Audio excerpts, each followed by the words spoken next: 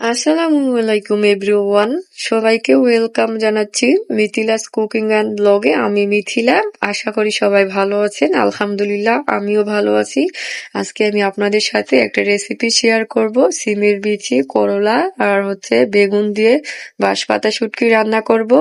প্রথমে আমি চুলাতে একটা কড়াই বসিয়ে এতে পরিমাণ মতো সরিষার তেল দিয়ে দিলাম। আপনারা চাইলে সয়াবিন তেল দিয়েও রান্না করতে পারেন।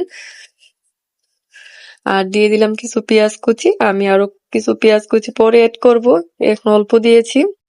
এখন পেঁয়াজগুলোকে একটু ভেজে নেব। ভাজা হয়ে গেছে। এখন অল্প একটু পানি দিয়ে সব মশলাগুলো এড করে দেব।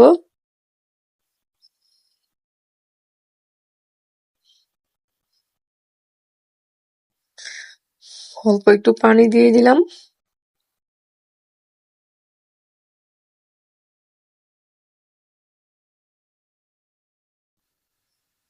দিয়ে দিলাম 1 চা চামচ হলুদের গুঁড়া,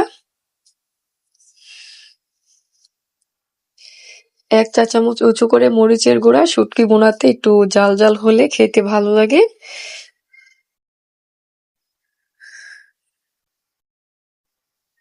হাফ চা চামচ জিরার গুঁড়া, হাফ চা চামচ ধনিয়ার গুঁড়া, হাফ চা চামচ আদা রসুন বাটা। এখন আমি মশলাটা কিছুক্ষণ কষিয়ে নেব। এই তো মশলাটা কষানো হয়ে গেছে। এখন আমি শুটকিগুলি দিয়ে দিব। এখানে আমি বাঁশপাতা শুটকি নিয়েছি। শুটকিগুলোকে আগে থেকে তেলে ধুয়ে পরিষ্কার করে নিয়েছি।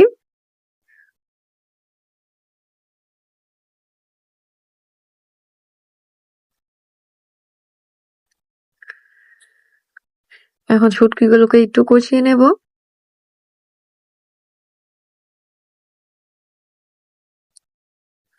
এখন দিয়ে দিব করলা আর আলু, এমন লম্বা লম্বা ফালি করে আমি কেটে নিয়েছি। আর দিয়ে দিলাম সিমের বিচি। সিমের বিচিগুলোকে আমি ডিপ ফ্রিজে রেখে দিয়েছিলাম ফ্রোজেন করে।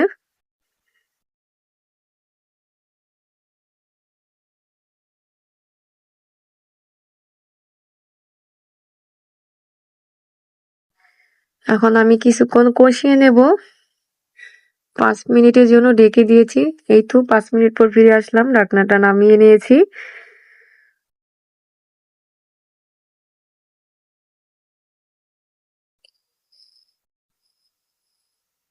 দিয়ে দিলাম পরিমাণ মতো লবণ।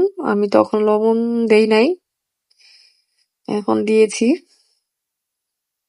ভুলে গিয়েছিলাম।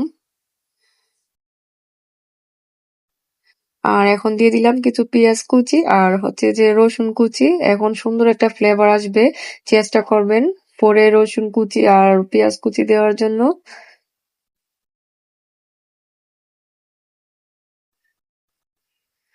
আর এই বেগুন দিয়ে দিলাম। বেগুনগুলোকে এমন লম্বা ফালি করে কেটে নিয়েছি। এখন এগুলোকে একটু কষিয়ে নেব কিছুক্ষণ।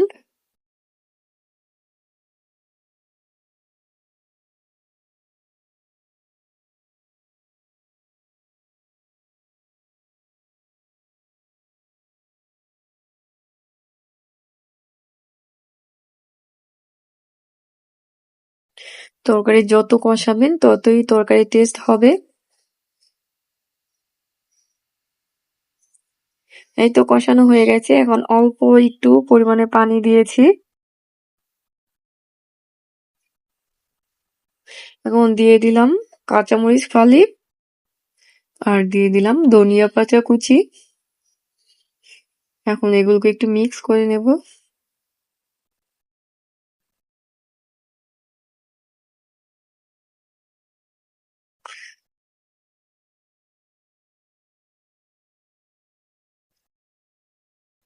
এই তো আলহামদুলিল্লাহ রান্না কমপ্লিট। আমি চুলাটা একদম লো ফ্লেম করে 10 মিনিটের জন্য বসিয়ে, সরি 5 মিনিটের জন্য চুলাতে বসিয়ে রেখেছিলাম। রান্না কমপ্লিট। আশা করি বন্ধুরা আমার রেসিপিটা আপনাদের কাছে ভালো লাগবে। এই তো চুলাটা বন্ধ করে দিলাম। এখন নামিয়ে পরিবেশন করে নেব। যদি আপনাদের কাছে আমার রেসিপিটা ভালো লেগে থাকে তাহলে পুরো ভিডিওটা না টেনে দেখবেন প্লিজ। আর একটা লাইক দিয়ে আমার চ্যানেলটা সাবস্ক্রাইব করে দিবেন প্লিজ।